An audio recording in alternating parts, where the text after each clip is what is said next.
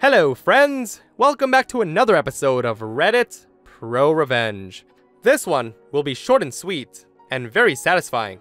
As always, I hope you stay for all the stories, and subscribe for future videos. Have you ever had something stolen from you, and had the thieves return it?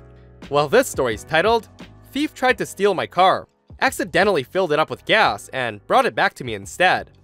My first car was a 1984 Jeep CJ7, a pretty sweet ride for a dirt poor teenager in the 90s. I was working midnights at a gas station and loaned it to my brother, who was taking a date to a party.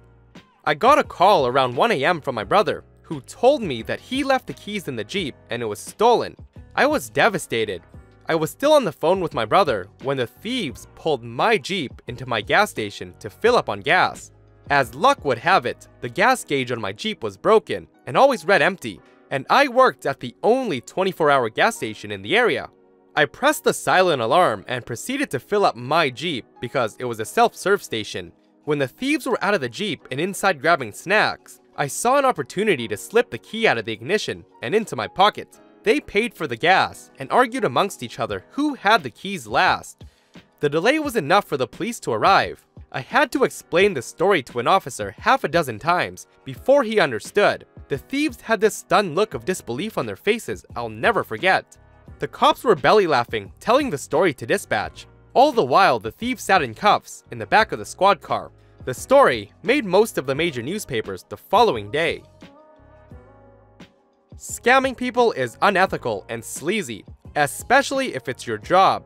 This story's titled, "Employer Screwed Me Over. I screwed him back with the help from the FBI." It was the early 1990s, and I worked for a telemarketing company with the initials SMC.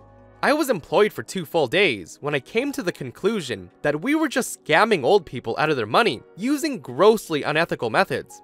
I quit after my second day of work, and when I received my paycheck, I noticed that I was paid minimum wage instead of the $10 per hour that I was promised when they hired me, so I went back to complain. The office manager told me, "You didn't finish the 90-day probationary period, so you only get minimum wage." Bullshit. They never said anything about a probationary period in training. And I know it wasn't in the contract that I signed upon hire. Yeah, I actually read it before signing it. As the office manager opened the door to have me leave, he said, "See ya, wouldn't wanna be ya." I was fuming. I called the city offices and discovered that SMC didn't have a business license and reported them. Less than an hour later, I watched as police showed up and told them that they would have to shut down operations until they had a business license. It took them 2 weeks. When they were back in business, I used an elaborate scheme to get myself on their call list and recorded several of their employees trying to sell me their crap. Not only did I report it to a local news station, which ended up being a 2-part story on the scummy company, but I also reported them to the FBI. The owner of the company was one of the 200 people that were arrested in a nationwide sting of dishonest telemarketing companies. The FBI called it Operation Disconnect. See ya, wouldn't wanna be ya. What would you do if your employer suddenly paid you in gift certificates to the place that you worked at? This one's titled, "Won't pay us? Fine, we'll pay ourselves." This is a little long, sorry about that. But I've been waiting decades to tell this story. I grew up in a small town in the south. Summer jobs were hard to come by unless you wanted to drive an hour away to the city. We had a few mechanics, some gas stations, a general store, and a church on every block. There were a lot of farms around that would hire high school kids, but the summers in the south are hot and humid. The holy grail was an indoor job with air conditioning. The summer before my senior year, I thought that my buddies and I, let's call them Fred and Ben, had landed an awesome job at the general store. The owner, who I will call Dickface, needed 3 people to unload trucks and stock shelves in the morning. We had to report to work at 5 AM, but it was only 3 days a week, and we were done by 10, meaning we had the rest of the day to lay around and fish. Now, there were some red flags that I, being young, did not recognize at the time. The fact that Dickface wrote IOU slips at the end of every week instead of checks was a huge one. He promised to pay us full at the end of the month. We were kind of pissed that we wouldn't have money to spend, but it was an easy job with good hours, so we kept working, looking forward to that sweet paycheck at the end of the month. The time comes, Dickface tells us that at the end of our shift, that our paychecks are clipped to our time cards.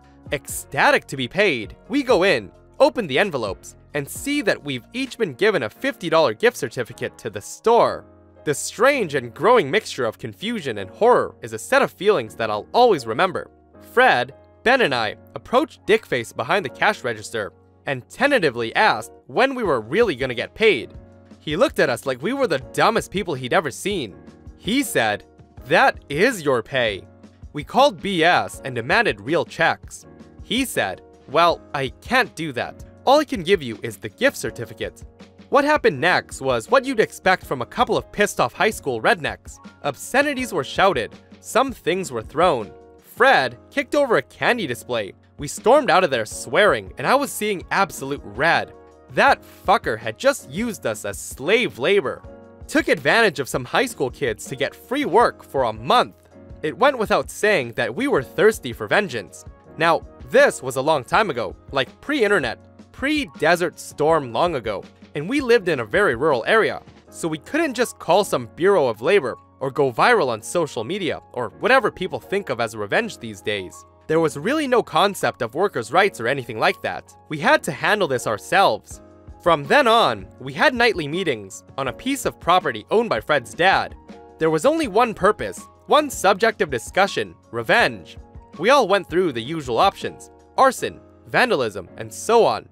But in the end, we decided that straight-out theft would be the most reasonable option. We were gypped for a month's work, and for the scales of justice to balance, we needed payment. As I said, this was a long time ago.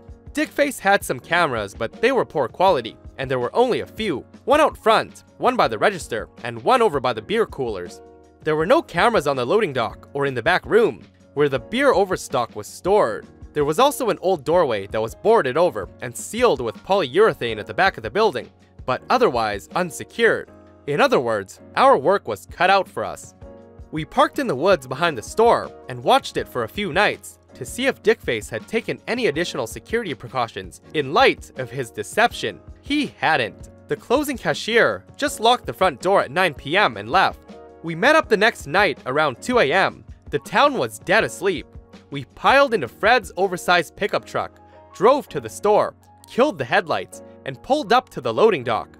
My heart had been thudding in my chest the whole drive over, but now a sort of steel calm had come over me. I was hyper alert, yet calm as the eye of the storm. Our time had come. The wooden door went down with ease when Ben put his shoulder to it. We slipped into the back room, stationed ourselves in a sort of assembly line by the beer racks, and we unloaded the place. Cases of beer and jugs of wine practically flew out the back into Fred's truck with ruthless efficiency. In the space of maybe less than 20 minutes, we had the back room cleared out. We cleaned out that fucking prick so fast, I don't think he would have had time to shit his pants if he somehow caught us, and we would have been done and gone. We pulled the defunct door back into place, threw a tarp over our loot, and drove to the same property where we had held our vengeance meetings. There was a tool shed towards the back, behind some pretty thick bush. That's where we decided to put everything. Unloading and carrying all the stuff took considerably longer than snatching it, even with a wheelbarrow. And the sky was starting to shade pink by the time we had it all squared away. Nevertheless, we were able to make it to Fred's house before his parents woke up and got suspicious. The next few days were tense. I saw 2 sheriffs park in front of the store the following day and felt the bottom drop out of my stomach. We had come up with a cover story and rehearsed it multiple times in case we were questioned, and I expected the cops to come knocking on my door any second. But they never did. I never saw a report on the local news. In hindsight, Dickface probably knew it was us, but didn't want it to get out that he had used slave labor in his store. Hell, I bet the only reason he called the cops in the first place was so he could file a report and write off his taxes. In any case, we had hundreds, maybe even thousands of dollars worth of beer sitting in an old tool shed, and as young southern boys, it would be a bleeding sin to let it go to waste. We started celebrating, cautiously at first, but it didn't take long for word to get out that we were a couple of guys who could get their hands on beer. And by the end of summer, we were doing bonfires on the property that were absolutely packed with high school kids. We even had some offering to buy the beer from us, and by the beginning of September, we had made back any money that we had lost out on, thanks to Dickface's slavery shenanigans. And I think it's safe to say that I lost my virginity thanks to the stolen beer in the shed. It was the best summer of my life. As for Dickface, I never saw or heard from him again. He sold the store a year later to a guy who seemed much nicer. I got another job working there the following summer for actual paychecks. The beer didn't even run out till the start of senior year. The last I saw of it was chugged by Fred at the end of a football game. And see that we've each been given a $50 gift certificate to the store. Fuck, that blows. Hello friends, thanks for tuning into this episode of Reddit ProRevenge. I hope you enjoyed this story today. If you did, please hit that thumbs up button and leave a comment. If you're not subscribed, hit that subscribe button and turn on notifications for future revenge stories. See you in the next one.